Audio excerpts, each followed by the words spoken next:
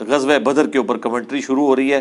غزوہ بدر کے فوراً بعد چونکہ یہ سورہ الانفال 2 ہجری میں نازل ہوئی ہے، تو اب غزوہ بدر کا پس منظر پہلے بیان ہوگا، اور اس کے بعد جو اس سے ریلیٹڈ کچھ حالات و واقعات ہیں وہ اس میں ڈسکس ہوں گے۔ اس کے لیے پس منظر سمجھنا ضروری ہے تاکہ آپ کو چیزیں کچھ کلیئر ہو جائیں کہ غزوہ بدر جو ہے یہ ایک حادثاتی طور پر ایک غزوہ ہے جو اسٹیبلش ہوا ہے، کوئی مسلمانوں نے ارادتاً نہیں لڑا۔ اس کے پیچھے ریزن وہی جو میں پہلے بیان کر چکا کہ غزوہ بدر اصل میں عذاب استیصال کی پہلی باقاعدہ قسط تھی جو کافروں کے اوپر اللہ کی طرف سے سورہ التوبہ کی آیت نمبر 14 میں جو آیا کہ مسلمانوں کی تلواروں سے عذاب دیا جائے گا انہیں، جس طرح کے اگلے رسولوں کے انکار کرنے پر اللہ کی طرف سے غیبی عذاب آتا تھا، اس کیس میں صحابہ کی تلواریں جہاد اور قتال کی شکل میں مسلط ہوئی۔ یہ رسول اللہ کی خوبی ہے۔ دوسری نبی صلی اللہ علیہ وآلہ وسلم کی خوبی یہ ہے کہ اگلے انبیاء کا معجزہ دعوی نبوت والا وہ ٹینجیبل فارم میں فزیکل فینومینا آف نیچر کو توڑنے والا ہوتا تھا۔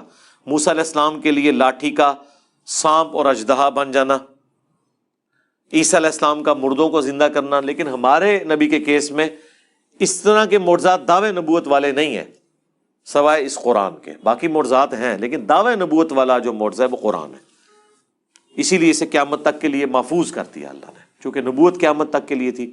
انا نحن نزلنا الذکر وانا لہ لحافظون، بے شک اس الذکر یا دہانی کو ہم نے نازل کیا، ہم ہی اس کی حفاظت کرنے والے ہیں۔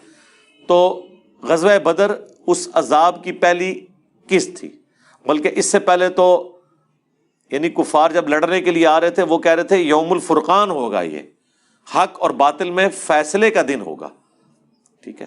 تو اللہ تعالیٰ نے کہا کہ پھر ہم اسے یوم الفرقان بنائیں گے،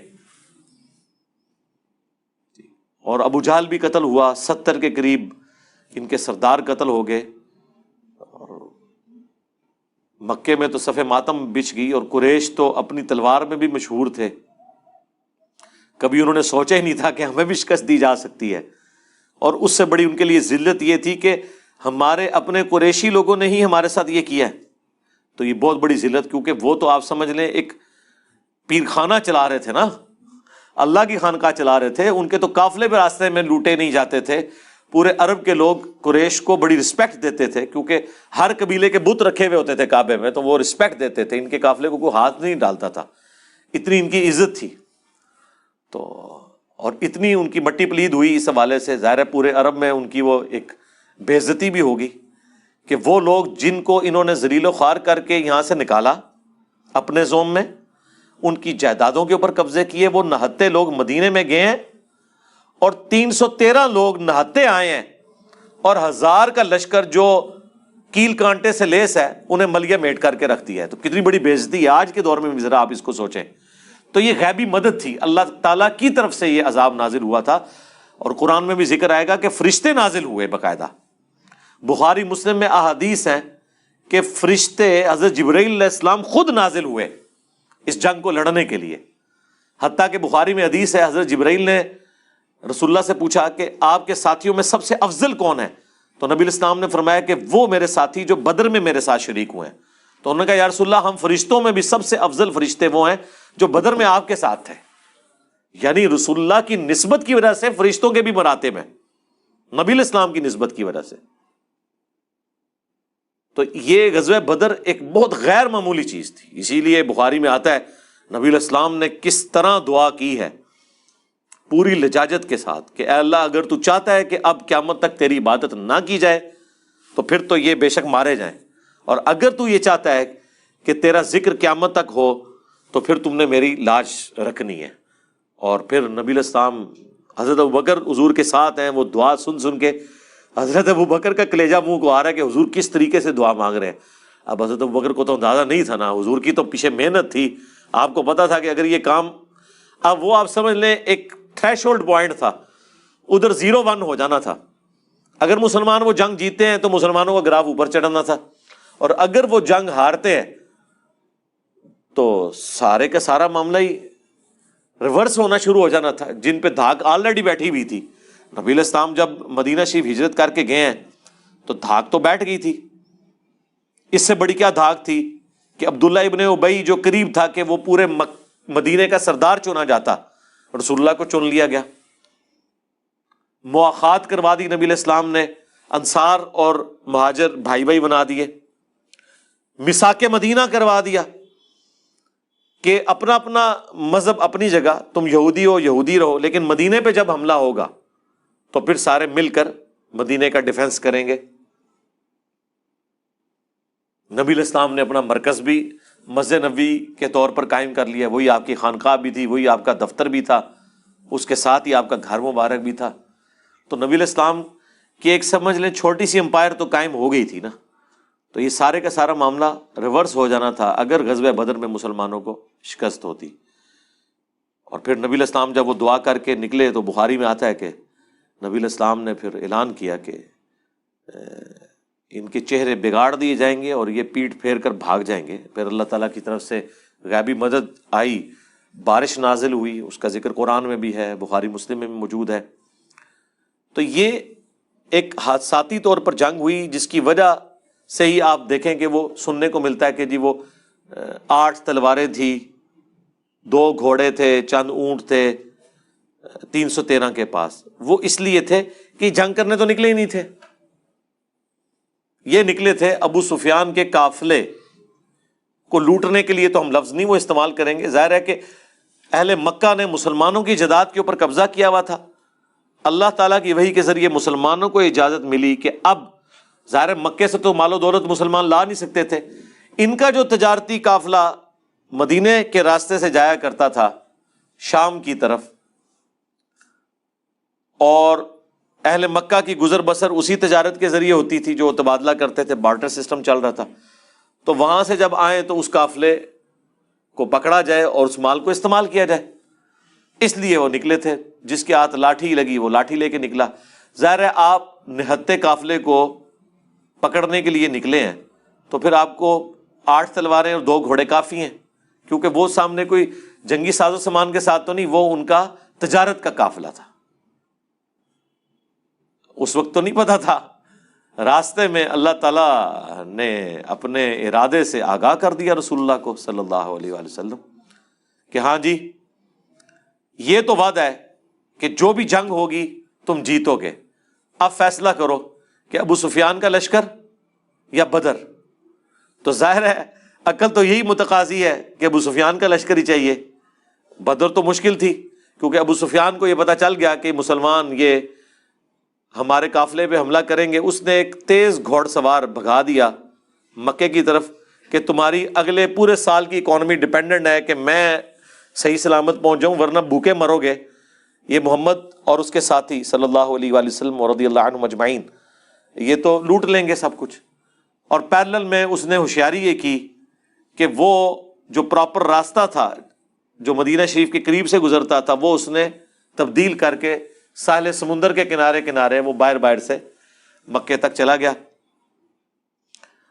اور ظاہر ہے اللہ تعالیٰ نے اپنے نبی کو وحی سے آگاہ کر دیا کہ بھائی میرا تو ارادہ یہ ہے کہ میں نہتوں کو لڑواؤں گا ان ساز و سامان والے کافروں کے ساتھ، پھر تمہاری فتح ہوگی اور لوگوں کو پتہ چل جائے کہ اللہ کی غیبی مدد تمہارے ساتھ ہے۔ یوم الفرقان اسے بناؤں گا، کیونکہ وہ تو ابو جہل کی دعا اس میں بھی آگے آ جائے گی کہ وہ کہتا تھا کہ اگر یہ نبی سچا ہے تو آسمان سے ہم پر پتھر نازل ہوں، ہم اس پہ ایمان نہیں لے کے آ رہے۔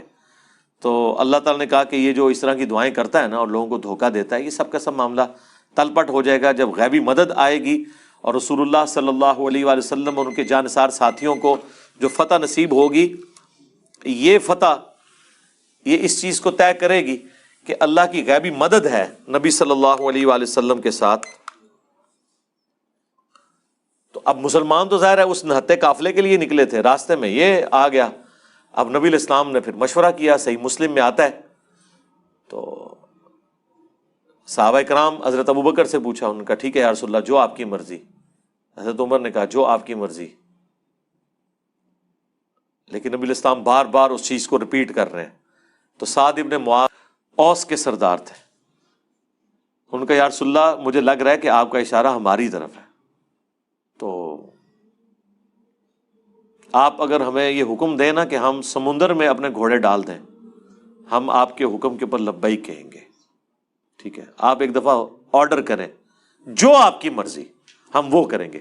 کیونکہ حضور ظاہر ہے ایک مشکل چیز کے لیے ان کو تیار کر رہے تھے نا، کہ نہتے لوگ 1000 کے لشکر کے ساتھ ٹکرائیں جبکہ آپ کے پاس صرف 8 تلواریں ہیں، کیونکہ آپ غزوہ بدر تو لڑنے کے لیے نکلے ہی نہیں تھے.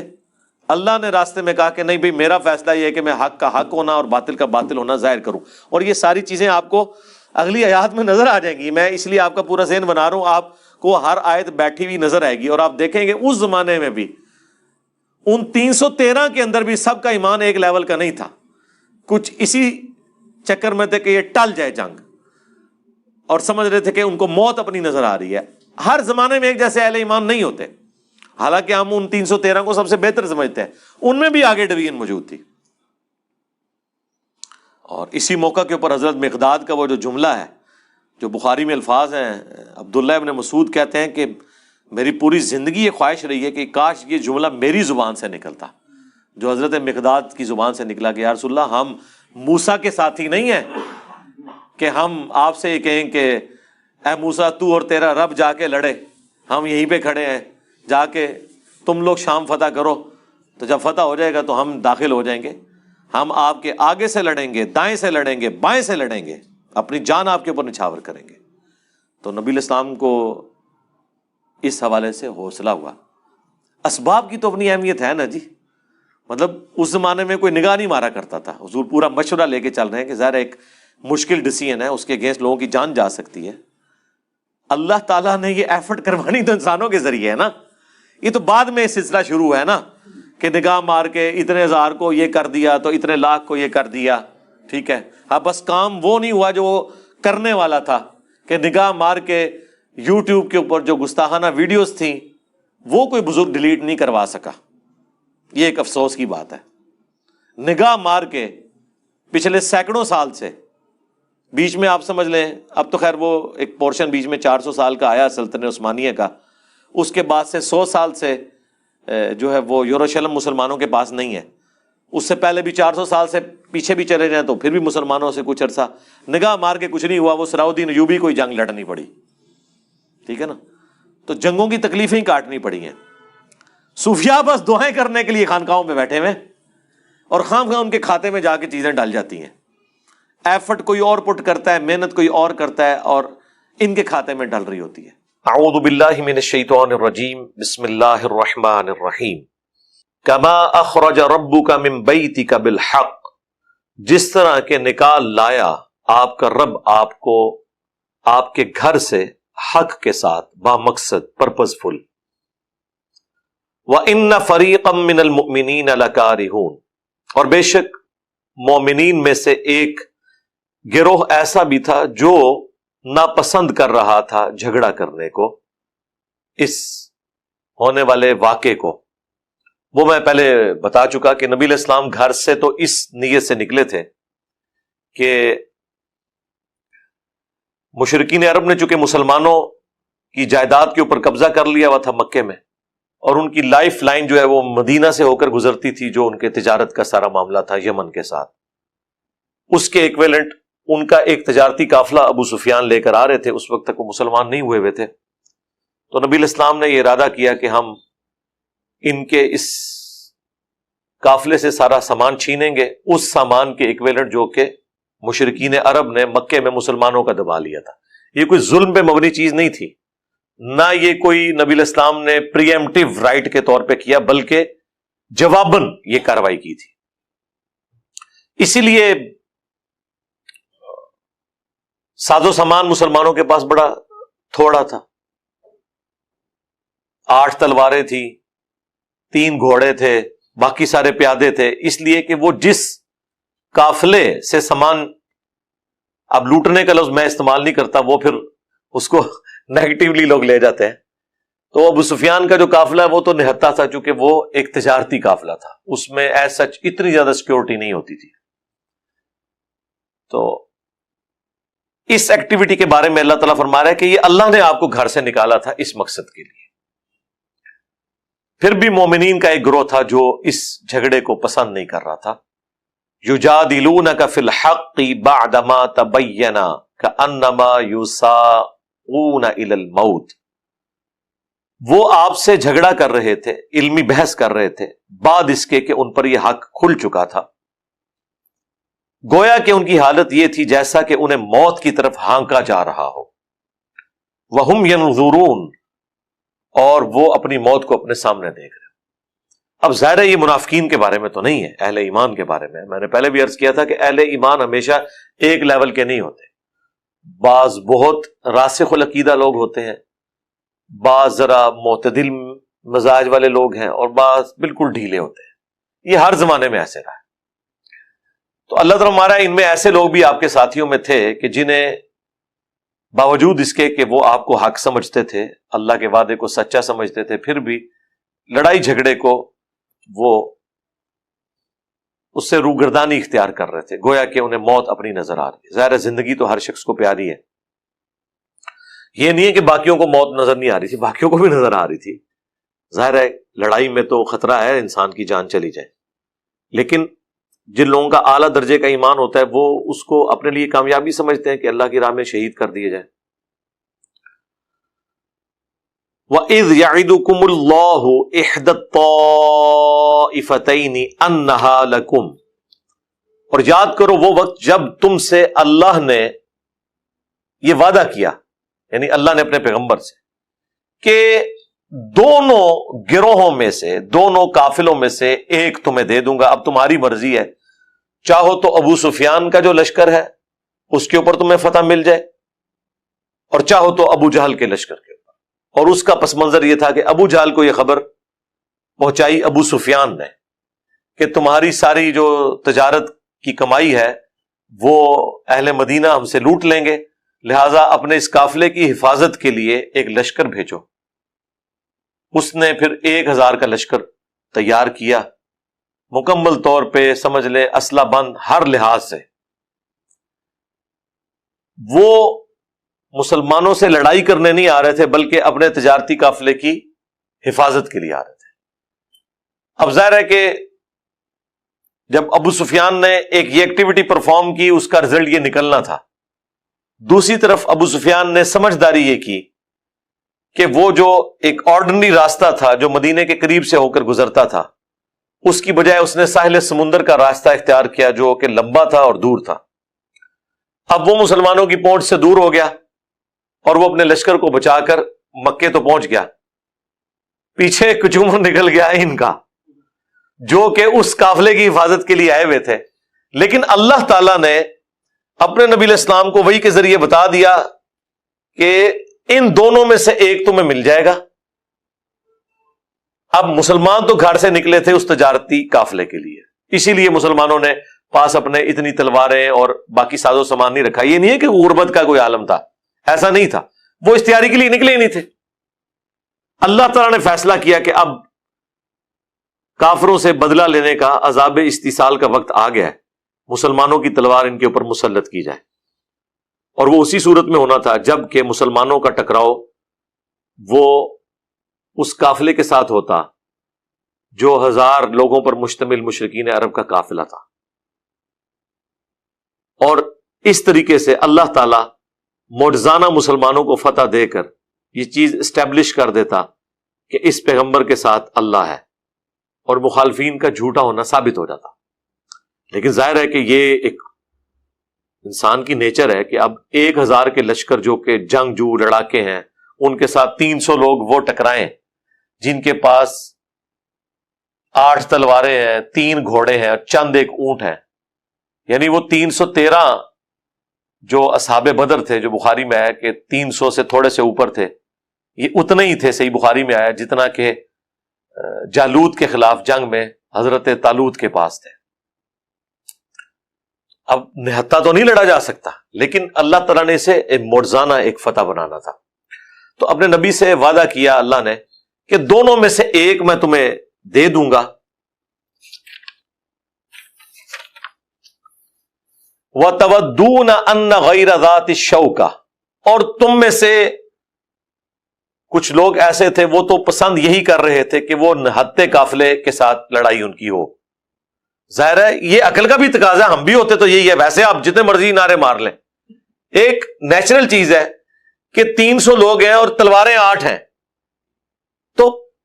وہ تو اب آپ کو یہ جو آج کل لوگ کہانیاں کراتے ہیں کہ جی آپ دروشی پڑھ کے یا ذکر کر کے مسلط ہو جائے، تو وہ تو مسلمان بھی پریشان ہی تھے کہ یار اس طرح تو مقابلہ نہیں ہو سکتا. لیکن وہ اللہ تعالیٰ کا پلان یہ تھا کہ میں یہ جو بدر کا واقعہ ہے اس کو ایک معجزہ بناؤں گا. اور غزوہ بدر اللہ کا عذاب تھا کافروں پر، اسی وجہ سے یہ ریشو پروپورشن بہت ڈیفرنٹ رکھی گئی. اگر یہ برابر ہوتی تو وہ مسلمانوں کی بہادری بھی ہو سکتی تھی. اللہ تعالیٰ ٹوٹلی اس کو اپنے ساتھ منسوب کرنا چاہتا تھا کہ جو میں نے سورہ توبہ کی آیت نمبر 14 کے حوالے سے بتایا تھا نا کہ اگلی امتوں پر اللہ کا عذاب آتا تھا پیغمبروں کا انکار کرنے کے سبب، اس امت میں بھی عذاب آیا سورہ توبہ کی آیت نمبر 14 میں کہ اللہ تعالیٰ صحابہ کرام کی تلواروں کو کافروں پر مسلط کرے گا. یہ عذاب استیصال تھا، ایکویلنٹ تھا اس عذاب کے جو کبھی چنگھاڑ کی شکل میں، کبھی سمندری طوفان کی شکل میں، کبھی آسمان سے پتھر برسنے کی شکل میں. ہمارے نبی علیہ السلام کا بھی تو انکار کیا تھا نا کافروں نے. ادھر بھی تو کوئی عذاب آنا چاہیے تھا. یہاں پہ عذاب سورہ توبہ کی آیت نمبر 14 میں ہے کہ ہم تمہاری تلواروں سے انہیں عذاب دیں گے. تو ظاہر تلواروں سے عذاب دیں گے، اگر دونوں طرف برابر ہوں تو پھر اللہ تعالیٰ کا تو اس حوالے سے کوئی معجزہ سامنے نہیں آئے گا. معجزہ اسی وقت ہوگا، اللہ کی نشانی اسی وقت ظاہر ہوگی جبکہ ایک طرف نہتے ہوں اور دوسری طرف پورے اسلحے کے ساتھ لیس لوگ ہوں اور جیت گئے جائیں. یہ تو امپاسبل چیز ہے نا، سوائے اس کے کہ معجزہ ہو. تو یہ معجزہ ہی تھا. غزوہ بدر پہلی قسط تھی اللہ تعالیٰ کے عذاب استیصال کی، جس کے پیچھے آلموسٹ آپ سمجھ لیں نبی علیہ السلام کی 15 سال کی مبارک دعوت تھی جس کا انکار انہوں نے کیا. اور جو مکی قرآن 2/3 قرآن میں جو اتنی دھمکیاں آئی ہیں کہ اب دیکھیں نا قرآن میں کتنی دھمکیاں ہیں. مکی قرآن 2/3 ہے اور ہر صورت میں دھمکی ہے کہ اگر تم اس نبی پر ایمان نہیں لاؤ گے تو جس طرح قوم عاد پر سمود پر عذاب آیا تھا تم پر بھی آ جائے گا. تو آنا تھا نا. وہ کیسے آیا؟ تلوار کے ذریعے، قتال کے ذریعے. یہ قتال کی حکمت تھی. تو تم تو چاہتے تھے نہتے قافلے کی طرف جاؤ.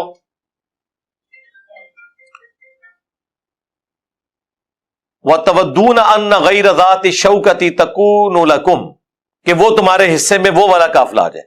وَيُرِيدُ اللَّهُ أَن يُحِقَّ الْحَقَّ بِكَلِمَاتِهِ، جبکہ اللہ کچھ اور چاہتا تھا. اللہ یہ چاہتا تھا کہ حق کا حق ہونا ثابت کر دے اپنے حکم کے مطابق.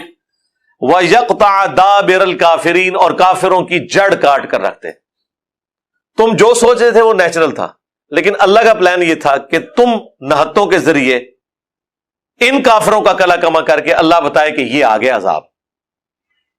لِيُحِقَّ الْحَقَّ وَيُبْطِلَ الْبَاطِلَ، تاکہ اللہ تعالی ثابت کر دے حق کو اور مٹا دے باطل کو. وَلَوْ كَرِهَ الْمُجْرِمُونَ، چاہے مجرم لوگ اللہ کے نافرمان اس کا برا مانے. اِذْ تَسْتَغِيثُونَ رَبَّكُمْ، اور وہ وقت یاد کرو جب تم فریاد کرتے تھے اپنے رب سے. فَاسْتَجَابَ لَكُمْ، اور اس نے تمہاری دعا سن لی. یعنی نبی علیہ السلام دعا کر رہے تھے نا کہ بھئی اب اللہ کے نبی کو بھی تو نظر آ رہا تھا نا، نگاہ مار کے تو کچھ بھی نہیں ہونا تھا. اللہ کے نبی کو بھی نظر آ رہا تھا کہ بھئی 1000 کی فوج آ گئی ہے، ان کے پاس ساز و سامان بھی پورا ہے، یہ بالکل نہتے ہیں. اور بخاری میں تو اس درجے تک رسول اللہ نے دعا کی کہ حضرت ابوبکر نے کہا یا رسول اللہ بس کریں، آپ اس درجے تک. لیکن نبی علیہ السلام کو تو پتا تھا نا بھائی جس نے محنت کی ہوتی ہے اس ہیٹ کو وہی فیل کر سکتا ہے. اس میں تو یہاں تک الفاظ ہیں کہ اے اللہ اگر تو چاہتا ہے کہ قیامت تک تیری عبادت نہ ہو اس سرزمین میں تو پھر تو ان کو ہلاک کر دے، اور اگر تو چاہتا ہے کہ اسلام باقی رہے پھر تو نے آج مجھے فتح دینی ہے. تو سب سے زیادہ سٹیک پہ جو چیز لگی ہوئی تھی وہ نبی علیہ السلام کی محنت تھی نا. اتنی محنت سے آپ کا ٹوٹل سرمایہ زندگی کا وہ 300 لوگ تھے اور اب وہ نہتے ہیں اور سامنے سے 1000 کا لشکر. تو انسان کی یعنی عقل دنگ رہ جاتی ہے اس حوالے سے کہ کیسے ہو سکتا ہے، سوائے سے کہ اللہ کی طرف رجوع لایا جائے کہ اب تو نے ہمیں اس آزمائش میں ڈالا ہے تو اب تو نے ہمیں نکالنا بھی ہے. تو جب تم اپنے رب سے فریاد کر رہے تھے تو اس نے تمہاری فریاد سن لی. اور کیا سنی؟ انی ممدکم بألف من الملائکۃ مردفین، کہ یقیناً بے شک میں تمہاری مدد کرنے والا ہوں 1000 فرشتوں کے ذریعے جو پے در پے آنے والے ہوں گے، کتار در کتار اتریں گے. ادھر بھی 1000 کا لشکر تھا نا، تو یہاں بھی 1000 فرشتے آئیں گے. فرشتہ تو ایک بھی بہت تھا، لیکن یہ اللہ تعالیٰ نے فرشتوں کی جو تعداد مقرر کی نا یہ مسلمانوں کی صرف تسلی کے لیے کہ ہوں پائی گنتی پوری ہوگی تو ہے پاسے، یہی ذکر آ گیا. وما جعل اللہ الا بشرا ولتطمئن به قلوبکم، اور یہ جو فرشتوں کے اعتبار سے اللہ نے بشارت دی ہے نا تمہیں، اس کو بشارت بنایا ہے اور تمہارے دلوں کے اطمینان کا سبب۔ وَمَن نَّصْرُ إِلَّا مِنْ عِندِ اللَّهِ، اور مدد تو نہیں ہوتی مگر اللہ ہی کی طرف سے، فرشتہ ایک بھی نازل نہ ہو، اللہ کے لیے کوئی مشکل ہے؟ ایک ٹورنیڈو چلا دے، ایک ریگستانی جھکڑ چلے تو مخالفین کو اکھاڑا جا سکتا تھا، اللہ کے پاس تو بے شمار آپشنز موجود ہیں۔ ان اللہ عزیز حکیم، بے شک اللہ تعالیٰ غالب ہے، حکمت والا ہے۔ کمال کے الفاظ ہے یہ، اللہ تعالیٰ کے بڑے یونیک نام ہے اور یہ جوڑے کی شکل میں ہمیشہ آتے ہیں، العزیز اور الحکیم۔ عزیز کہتے ہیں غالب کو، چھایا ہوا، جس کے حکم کو کوئی ٹال نہیں سکتا، اور حکیم جو اپنے معاملات کو اپنی حکمت اور پلاننگ کے تحت لے کے چلتا ہے۔ یہ دونوں چیزیں مل کے ایک بیلنس کرتی ہیں کہ اللہ غالب تو اتنا ہے کہ اپنے مخالفین کا کچومر نکال کے رکھ دے، لیکن اس کی حکمت یہ ہے کہ ڈھیل دیتا ہے کہ شاید کوئی پلٹ آئے، فوراً پکڑتا نہیں ہے، حالانکہ عزیز ہے، ایسا چھایا ہوا ہے جب چاہے پکڑ لے، لیکن یہ جو اس کا ڈھیل دینا ہے اسے کوئی اس کی کمزوری نہ سمجھے، بلکہ یہ اس کی حکمت ہے۔ یہ ڈھیل تھی نا میرے بھائی، ورنہ خالد ابن ولید جو 19 سال کے بعد مسلمان ہوئے ہیں، اور رضی اللہ عنہ تو نہ ہوتے اگر پہلے ہی عذاب آ گیا ہوتا۔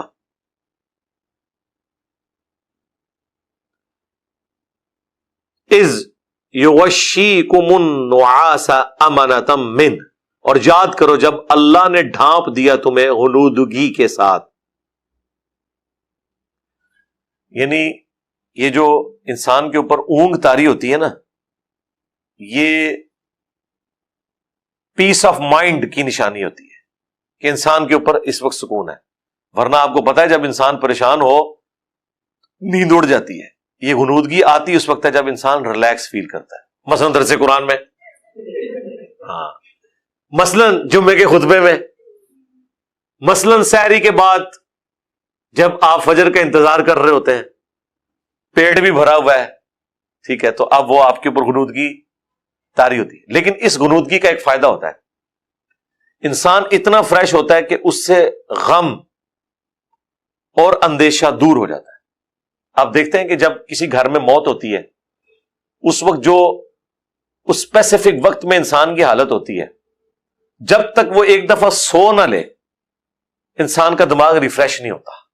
یہ نیند بہت بڑی اللہ نے نعمت رکھی ہے، یہ انسان کی کمزوری بھی ہے، اسی لیے اللہ تعالیٰ نے کہا نا کہ اللہ کو نہ نیند آتی ہے نہ اونگ آتی ہے۔ انسان کی کمزوری بھی ہے اور اس کی ضرورت بھی ہے۔ یہ تین بنیادی ضرورتیں ہیں انسان کی، نیند، کھانا پینا، اور اس کے بعد کھانا پینا اس کا نکل جانا، یہ بنیادی ضرورت ہے۔ یہ ہر انسان کے ساتھ کمزوری اٹیچ ہے، سانس کی کمزوری اٹیچ ہے۔ اب غنودگی طاری ہوئی اس کی وجہ سے، وہ تو صحیح بخاری میں آتا ہے کہ صحابہ کرام کہتے ہیں ہمارے ہاتھوں سے تلوار بھی گر پڑتی تھی، اتنی، یعنی ایک طرف ٹینشن ایسی ہے کہ 1000 کا لشکر ہے، مجھے بتائیں نیند کدھر آتی ہے بندے کو؟ پھر اللہ نے ریلیکس کروانے کے لیے کہ بھائی یہ فیصلہ ہو چکا ہے، یہ میچ پہلے ہی تم جیت چکے ہو، کیونکہ یہ میچ اللہ تعالیٰ جتا رہا تھا، ٹھیک ہے۔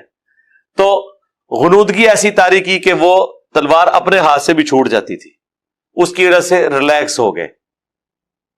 وَيُنَزِّلُ عَلَيْكُم مِّنَ السَّمَاءِ مَاءً، اور تم پر آسمان سے پانی اتارا۔ اب ریگستان کے اندر یہ تو بےچارے اس طرح تیاری کر کے نہیں نکلے تھے، ابھی پتہ نہیں کتنے دن کا پڑاؤ ہونا تھا، پانی تو لے کے نہیں نکلے، اور ریگستان میں آپ کے پاس پانی نہ ہو تو آپ نگاہ مار کے تو پانی نہیں نکال سکتے، موت سامنے نظر آ رہی ہے۔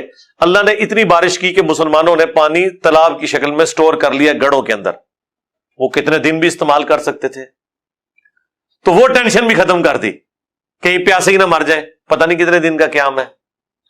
ادھر تو بھائی یاشیاں چل رہی تھی، روزانہ کے کتنے اونٹ ذبح ہوتے تھے، 1000 تو ساتھ لائے ہوئے تھے نا، اور گھوڑے اور اپنی باقی چیزیں، وہ تو جشن ہوتے تھے، رات کے وقت شراب کی محفلیں اور سارا کچھ۔ تو اللہ تعالیٰ ہمارے آسمان سے پانی نازل کیا لیطہرکم بہ، تاکہ تمہیں اس کے ذریعے پاک کر دے، وَيُذْهِبَ عَنْكُمْ رِجْزَ الشَّيْطَانِ، اور تم سے شیطان کی نجاست کو دور کر دے، وَلِيَرْبِطَ عَلَىٰ قُلُوبِكُمْ، اور تمہارے دلوں کو مضبوط کر دے، وَيُثَبِّتَ بِهِ الْأَقْدَامِ، اور یوں تمہارے قدموں کو جما دے۔ اچھا، اس بارش نازل ہونے کے روحانی فوائد بھی ہوئے اور ظاہری فوائد بھی۔ ظاہری فائدہ کیا ہے؟ آپ کے پاس پانی آ گیا، زندگی کی علامت ہے۔ روحانی فائدہ اللہ نے کہا کہ شیطان کا رجز دور کر دیا، نجاست۔ ظاہر ہے یہ شیطان وسوسہ ڈال سکتا تھا نا کہ بھئی ابھی موت سامنے نظر آ رہی ہے، پانی نہیں، ہمارا کیا بنے گا؟ تو اللہ تعالیٰ نے اس کو کتنے ادبی انداز میں، کہ ویسے دنیا میں پانی گندگی دور کرنے کا ذریعہ بنتا ہے نا، آپ نے کپڑے پاک کرنے ہو، جسم پاک کرنا ہو، یہ وہ آسمان کا پانی نازل ہوا تھا جس نے نہ صرف ظاہری گندگی دور کی بلکہ دل میں بھی جو شیطان کو گندگی ڈال سکتا تھا نا وہ بھی دور کر دی کہ نہیں پانی آ گیا، تو اب موت نہیں ہے، ہمارے پاس ریسورسز موجود ہیں۔ ظاہری صفائی بھی کی اور باطن کی صفائی بھی کر دی۔ یہ ایسا پانی تھا، یہ اللہ کی طرف سے معجزانہ طور پہ بارش ہوئی۔ یہ بارش کوئی حادثاتی نہیں تھی، یہ بھی اللہ تعالیٰ کے پلان کا حصہ تھا کہ یہاں پہ پہنچیں گے، بارش کے ذریعے میں ان کے دلوں کو مضبوط کروں گا۔ نیند بھی طاری کی، بارش بھی بھیج دی۔ اذ یوحی ربک الی الملائکہ، اور یاد کرو وہ وقت جب تمہارے رب نے فرشتوں کو وحی کی، انی معکم، بے شک میں تمہارے ساتھ ہوں، فثبتوا الذین آمنوا، تو ایمان والوں کو ثابت قدم رکھنا اس جنگ کے اندر۔ تو ظاہر ہے وہ تسلی، بعض اصحاب نے تو فرشتوں کو دیکھا بھی، بعض نے آواز سنی، اور صحیح بخاری میں یہاں تک موجود ہے حضرت جبرائیل علیہ السلام نبی علیہ السلام کے پاس حاضر ہوئے اور کہا کہ آپ کے ساتھیوں میں سب سے بلند درجے کے اصحاب کون سے ہیں؟ تو نبی علیہ السلام نے فرمایا جو بدر میں میرے ساتھ ہیں۔ تو حضرت جبرائیل نے کہا کہ ہم فرشتوں میں بھی سب سے افضل فرشتے وہ ہیں جو غزوہ بدر میں آپ کے ساتھ شریک ہوئے تھے۔ یعنی نبی علیہ السلام کی نسبت سے نہ صرف صحابہ کرام علیہم رضوان کا مرتبہ ہے اللہ کے حضور، بلکہ وہ فرشتے جو حضور کے ساتھ بدر میں شریک ہوئے، اللہ کے نزدیک تمام فرشتوں میں وہ فرشتے افضل ہیں۔ اصحاب بدر چاہے انسانوں میں ہو یا فرشتوں میں ہو، وہ اللہ تعالیٰ کے پسندیدہ ہیں۔ تو اللہ تعالیٰ فرشتوں کو بھی تسلی دے رہا ہے کہ میں تمہارے ساتھ ہوں، مومنین کو ثابت قدم رکھنا۔ سألقی فی قلوب الذین کفروا الرعب، ان قریب میں کافروں کے دلوں میں رعب ڈال دوں گا۔ فضربوا فوق الاعناق، تو تم مارو ان کی گردنوں کے اوپر۔ وضربوا منہم کل بنان، اور ان کے ہر جوڑ کے اوپر چوٹ لگاؤ۔ اب ویسے آپ یہ جملے صرف بیچ میں سے اٹھا لیں تو اور یہ پروپیگنڈا کرنا شروع کر دیں کہ جی یہ غفور الرحیم ہے اللہ تعالیٰ، کہ وہ کہہ رہا ہے انہاں دی گردناں لاؤ، انہاں دے جوڑ پنو۔ ٹھیک ہے، کلپ تو کاٹا جا سکتا نا اس میں سے بھی، تو کیا یہ پورے کے پورے قرآن میں سے یہ کلپ کاٹنا اور اس کلپ کی بنیاد پہ اللہ کی پرسنالٹی کو سمجھنا انصاف کا تقاضا ہوگا؟ نہیں، اس کے پیچھے پورا پس منظر ہے۔ 15 سال کی دعوت ہے، اتنی ڈھیل، اتنا سمجھانا، اس کے باوجود یہ بغاوت کہ وقت کے پیغمبر کو نہ صرف انہوں نے انکار کیا بلکہ ان کو اور ان کے جانثار ساتھیوں کو ہجرت کرنے پہ مجبور کر دیا، اور ان کا ساز و سامان بھی قبضے میں کر لیا۔ بالکل نہتے بےچارے مدینہ شریف پہنچے، مواخات تو نبی علیہ السلام نے کروائی، لیکن وہ بھی کس لیول کی ہوگی؟ وہ بھی تو غریب لوگ ہی تھے جن کے ساتھ بھائی بھائی بنایا، سبسسٹنس لیول پہ ہی لائف گزار رہے تھے نا، تو ایک تکلیف تو تھی۔ اس پورے سینیریو میں 15 سال کے بعد اگر کوئی جج یہ فیصلہ سنائے کہ اب ان کی گردنیں اتارنے کا وقت آ گیا ہے، تو یہ کوئی ظلم پہ مبنی ڈیسیژن نہیں ہوگا، اس کے پیچھے پورا پس منظر ہے۔ اس لیے پک اینڈ چوز نہیں کرنا چاہیے، معاملات کو دیکھنا چاہیے کہ یہ پورے کا پورے سینیریو کے بعد یہ ورڈکٹ آئی ہے۔ ذالک بانہم شاقوا اللہ ورسولہ، یہ اس لیے کہ انہوں نے اللہ اور اس کے رسول کی مخالفت کی ہے۔ 15 سالہ ٹریک ریکارڈ ہے۔ اب یہ اللہ کے عذاب کا وقت آ گیا، اور اللہ کا عذاب جب آئے تو وہ ٹلتا نہیں ہے، جب موت کا وقت آ جائے تو ٹلتا نہیں ہے۔ اس وقت کوئی بھیک نہیں مانگ سکتا، اس لیے کہ پہلے ہی بتایا گیا تھا کہ یار یہ ہو جائے گا، بچ جاؤ بچ جاؤ بچ جاؤ، اس کے باوجود ایسی روش اختیار کی جائے جو بغاوت کے اوپر مبنی ہو، تو پھر انسان اللہ کو گلہ نہیں کر سکتا۔ وَمَن يُشَاقِقِ اللَّهَ وَرَسُولَهُ، اور جو کوئی مخالفت کرتا ہے، دشمنی کرتا ہے اللہ اور اس کے رسول کی، فَإِنَّ اللَّهَ شَدِيدُ الْعِقَابِ، تو بے شک اللہ تعالی سخت ہے عذاب دینے میں۔ ذَلِكُمْ فَذُوقُوهُ وَأَنَّ لِلْكَافِرِينَ عَذَابَ النَّارِ، اب اللہ تعالیٰ کافروں کے حوالے سے یہ بات کر رہا ہے کہ اے حق کے دشمنوں، یہ سزا ہے، پس چکھو اسے۔ کافروں کے لیے ابھی تو آتش جہنم کا عذاب باقی ہے، وہ تو آنے والا ہے، دنیا میں یہ عذاب ہے۔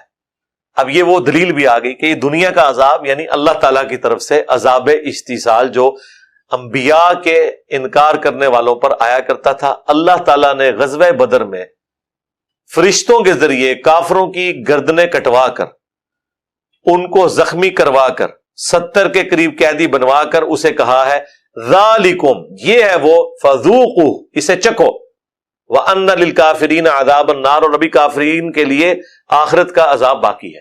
تو جو میں نے وہ ایک عذاب استیصال کے حوالے سے سورہ توبہ کی آیت 14 کا حوالہ دیا، اس کو سپورٹیو یہ آیت بھی آ گئی۔ یا ایھا الذین آمنوا، اے ایمان والو، اذا لقیتم الذین کفروا، دیکھنا جب تمہارا مقابلہ ہو کافروں سے، زحفا فلا تولوہم الادبار، جب کافروں کے آمنے سامنے تم آؤ تو دیکھنا پیٹھ نہ دکھانا۔ اب ان آیات سے پتہ چل رہا ہے یہ آیات غزوہ بدر سے پہلے نازل ہوئی ہیں، ان کو تیاری کروائی جا رہی ہے۔ وَمَن يُوَلِّهِمْ يَوْمَئِذٍ دُبُرَهُ، اور جو کوئی بھی تم میں اس دن اس جنگ میں غزوہ بدر میں پیٹھ دکھا گیا، سوائے دو استثناء کے، الا، سوائے اس کے، متحرفا لقتال، کہ وہ پینترا بدلنے کے لیے، یعنی کوئی ایک سمجھ لے ٹیکٹیکل موو کے طور پر، وقتی طور پر پسپائی اختیار کی، بھاگنے کی نیت سے نہیں بلکہ ایک نئے حملے کی تیاری کے لیے، وہ ایک علیحدہ بات۔ او متحیزا الی فئۃ، یا پھر وہ اپنی جماعت کے ساتھ مل رہا ہو، اس کے لیے اسے پیچھے ہٹنا پڑے کہ کوئی نئی اسٹریٹجی آئی ہے، یہ دو ہو سکتی ہیں۔ اس کے سوا جس نے بھی پیٹھ دکھائی، فقد باء بغضب من اللہ، تو پس وہ شخص اللہ کے غضب کا مستحق ہو گیا، ومأواہ جہنم، اور ایسے شخص کا پھر ٹھکانہ ہوگا جہنم، وبئس المصیر، اور کیا ہی بری لوٹنے کی جگہ ہے۔ یہ صحابہ کرام سے یہ بات ہو رہی ہے کہ یا تو تم ایک ٹیکٹیکل موو کے طور پر، یا ایک اس اعتبار سے پیچھے ہٹنا جنگ میں کہ اپنی جماعت کے ساتھ آ کر ملے، یہ دو ایک ایکسیپشنز ہیں۔ ان کے سوا جو کوئی شخص میدان جنگ چھوڑ کر بھاگے گا، واپسی کا راستہ اختیار کرے گا، تو وہ اللہ کے عذاب کا مستحق ہو گیا اور اس کا ٹھکانہ ہے جہنم، والعیاذ باللہ تعالی۔ لیکن اللہ تعالیٰ نے اہل ایمان کو ثابت قدم رکھا، یہاں تک نوبت نہیں آئی۔ فلم تقتلوہم، اب اللہ تعالیٰ نے وہ جو غزوہ بدر کے اندر اسپیسیفکلی اللہ کی غیبی مدد آئی ہے، اس کے والے سے مسلمانوں سے کہا، اور ظاہر ہے کہ وہ مال غنیمت سے سٹارٹ ہوئی تھی بات انفال کی۔ اب جب مدد ہی اللہ نے دلوائی ہے تو کافروں کا چھوڑا ہوا مال، اس کے اوپر کوئی انڈیویجول کیسے کلیم کر سکتا ہے؟ اسی لیے شروع میں آیا تھا نا کہ مال غنیمت اللہ اور اس کے رسول کا ہے۔ اب یہاں پہ وہ بات آ رہی ہے، فلم تقتلوہم، تم نے تو انہیں قتل نہیں کیا، ولکن اللہ قتلہم، بلکہ اللہ نے انہیں قتل کیا۔ اور بھئی کئی صحابہ کے ہاتھ میں تو چھڑیاں تھیں، اب تلوار کے آگے چھڑی کیسے کام کرتی ہے؟ اس سے پہلے کہ وہ ان پر وار کوئی کافر کرتا، فرشتے ان کی گردن اتار دیتے تھے۔ لیکن یہ جو اس طرح کے واقعات ہیں، ان کو پکڑ کے آپ آج کل کسی کو کوئی کہانی نہ کروائیں پلیز، یہ کام نہ کریں۔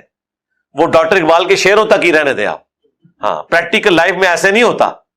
یہ ایک اسپیسیفکلی نبی علیہ السلام کی دعوت کو اللہ نے غالب کرنا تھا۔ میرے بھائی اگر یہی کچھ ہونا ہوتا تو جنگ قادسیہ میں مسلمان جو ہیں وہ پرشین امپائر کے ہاتھیوں کے نیچے آ کے نہ کچلے جاتے ہیں، وہاں پہ بھی کوئی فرشتہ آتا اور ہاتھیوں کی ٹانگیں کاٹ دیتا۔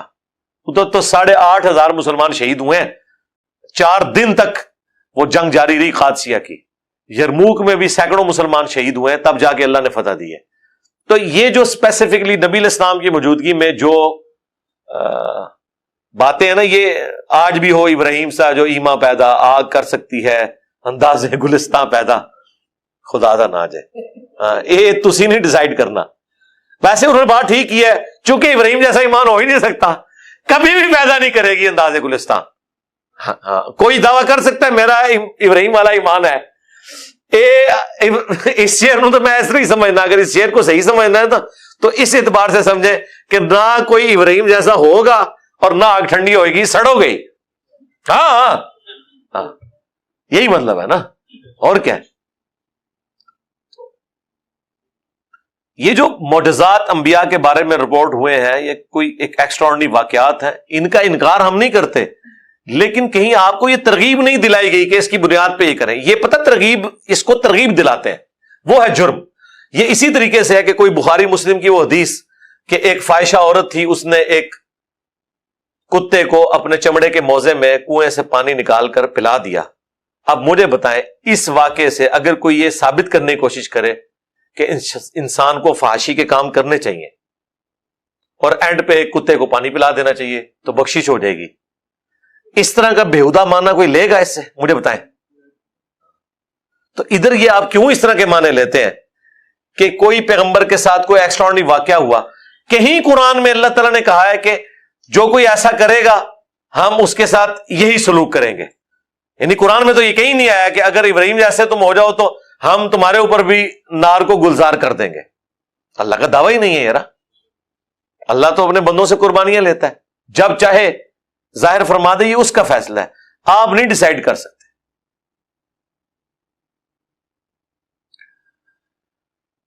تم نے تو انہیں قتل نہیں کیا تھا بلکہ اللہ نے قتل کیا تھا۔ وما رمیت اذ رمیت ولکن اللہ رما۔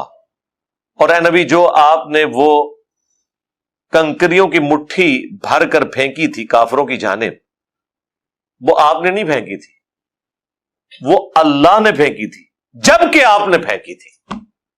یعنی رسول اللہ کے ہاتھ کو اللہ نے اپنا ہاتھ قرار دیا اس حوالے سے کہ نبی علیہ السلام اللہ کے ریپریزنٹیٹو ہیں۔ ویسے کوئی شخص یوں مٹھی بھرے اور یوں پھینکے 10-15 فٹ سے زیادہ تو کوئی دور تھرو پھینک ہی نہیں سکتا، چہ جائے کہ سامنے کافروں کا لشکر اتنی دور ان کی آنکھوں میں جا کے پڑے اور ان پہ مسلمانوں کا رعب طاری ہو جائے۔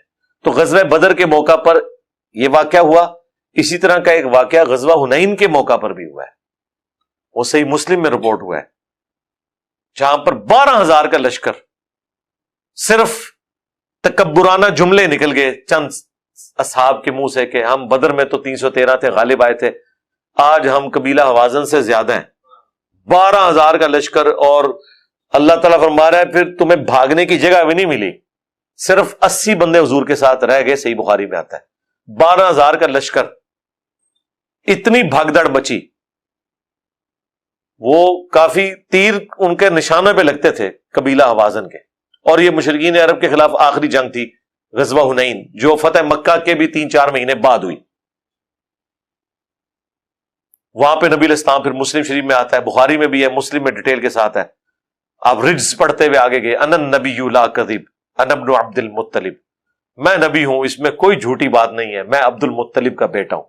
اور پھر آپ نے یوں مٹھی بھر کے ان کی طرف بھیجی، اور اللہ تعالیٰ کے محبوب صلی اللہ علیہ وآلہ وسلم کی مبارک زبان سے یہ الفاظ نکلے کہ ان کے چہرے جھلس گئے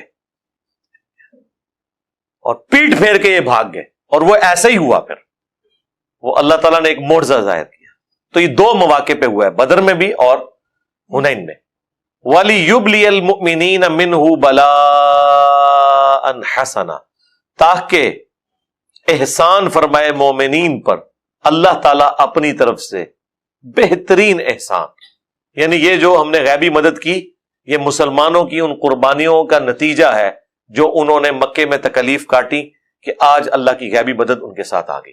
ان اللہ سمیع علیم، بے شک اللہ تعالیٰ سب کچھ سننے والا، علم والا ہے۔ ذالکم وان اللہ موہن کید الکافرین، اور یہ تو ہوا اور بے شک اللہ تعالیٰ ذلیل و خوار کرنے والا ہے، کمزور کر دینے والا ہے کافروں کے مکر اور فریب کو۔ ان تستفتحوا، اگر تم فیصلے کے طلبگار تھے نا اے کافروں، فقد جاءکم الفتح، تو دیکھو اب فتح کا فیصلہ آ گیا۔ وہ اصل میں نا ابو جہل نے کہہ دیا تھا کل یوم الفرقان ہے، حق اور باطل میں فیصلے کا دن ہے، کل فیصلہ ہو جائے گا۔ تو اللہ نے فرمایا کہ فیصلہ مانگ رہے تھے، لو پھر فیصلہ ہو گیا۔ وہ بھی اپنے آپ کو اللہ والا ہی سمجھ رہے تھے، وہ آگے ان کی دعا بھی آ جائے گی۔ وَإِن تَنْتَهُوا فَهُوَ خَيْرٌ لَكُمْ، اور اگر تم اب بھی باز آ جاؤ تو تمہارے لیے بہتر ہے۔ وَإِن تَعُودُوا نَعُدْ، اور اگر پھر شرارت کرو گے ہم بھی پھر اسی طریقے سے بدلہ لیں گے۔ اور وہ باز نہیں آئے تو احد میں اللہ نے پھر دوبارہ سے ان کے ساتھ یہ کیا۔ وہ تو مسلمانوں کی لغزش کی وجہ سے وہ فتح شکست میں بدلی، ادروائز فتح تو وہاں بھی ہو گئی تھی، وہ چھوڑ کے بھاگ گئے تھے۔ اللہ نے اپنا وعدہ پورا کر دیا تھا جو سورہ آل عمران میں ہم پڑھ چکے ہیں۔ وَلَن تُغْنِيَ عَنْكُمْ فِئَتُكُمْ شَيْئًا وَلَوْ كَثُرَتْ، اور جب اللہ تعالی کی طرف سے عذاب آنا ہے تو پھر کیا حال ہوگا کہ تمہیں کوئی فائدہ نہیں پہنچائے گی تمہاری جماعت، خواہ کتنی ہی زیادہ کثرت میں ہو، جب اللہ فیصلہ کر لے گا۔ ویسے تو اللہ نے کر کے دکھا دیا کہ ادھر 1000 کی جماعت تھی، سامنے 313 تھے، آندہ بھی جو مرضی کر لو، اس سے بڑی فوج لے آؤ، اللہ تعالیٰ تمہیں ذلیل و خوار کرے گا۔ وَأَنَّ اللَّهَ مَعَ الْمُؤْمِنِينَ، اور بے شک یہ کہ اللہ تعالیٰ مومنین کے ساتھ ہے۔